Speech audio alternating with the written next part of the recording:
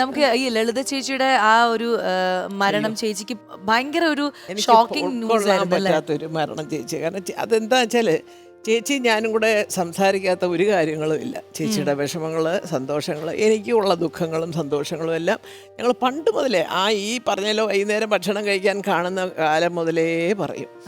പിന്നെ ഞങ്ങൾ പലയിടത്തും പോകുമ്പോൾ ഒന്നിച്ച് പോയിട്ടുണ്ട്.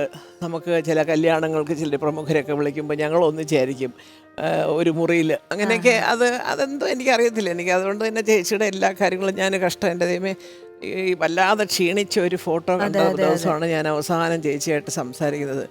പിന്നെ പെട്ടെന്ന് കൂടിയപ്പം എനിക്കെന്തോ എൻ്റെ കൂട്ടത്തിൽ നമ്മുടെ കുടുംബത്തിലെ എൻ്റെ ഒരു ചേച്ചി, നമുക്ക് വളരെ വേണ്ടപ്പെട്ട ചേച്ചി പോയ പോലെ ഒരു വിഷമമായി പോയി. അത് പൃഥ്വിക്ക് മനസ്സിലായി. രാവിലെ അവൻ പറഞ്ഞ അമ്മ ഒറ്റയ്ക്ക്, അവനറിയാം എനിക്ക് ലളിത ചേച്ചി വലിയ കാര്യമെന്ന്. എന്തോ പതിവില്ലാതെ മോൻ വിളിച്ചിട്ട് പറഞ്ഞു, ഇല്ല ഞാൻ പോകുമ്പോൾ അമ്മ എൻ്റെ കൂടെ വന്നാൽ മതി, അമ്മ ഒറ്റയ്ക്ക് പോകണ്ട, ഞാനിപ്പോൾ വരാൻ 10 മിനിറ്റ് എന്ന് പറഞ്ഞു. അപ്പോൾ അവനറിയാം എനിക്ക് കുറച്ചൊരു മാനസികമായിട്ടൊരു ബുദ്ധിമുട്ടുണ്ട് ചേച്ചിയുടെ ബോഡി കാണാനൊക്കെ. അത്രയും ഞങ്ങൾ തമ്മിൽ അടുപ്പമായിരുന്നു, ഒരു സത്യം തന്നെ.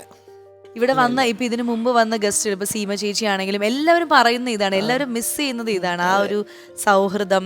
നമ്മൾ പറയും ഫ്രണ്ട്സ് പറയുമെങ്കിലും ഞാൻ സീമയും കൂടെ അപ്പം ഞാൻ പറയാൻ ചെയ്തെന്ന് ഞാൻ ഓഡിയൻസിനോട് പറഞ്ഞു, ശബ്ദത്തിലൂടെ തുടങ്ങിയ ബന്ധമാണ് ഇന്നും വളരെ സീമ വിളിക്കും, വലിയ ചേച്ചി എന്ന് വിളിക്കുന്ന വിളി കേട്ടാൽ ആദ്യം കണ്ടപ്പോൾ വിളിച്ച അതേ ഒരു സത്യം.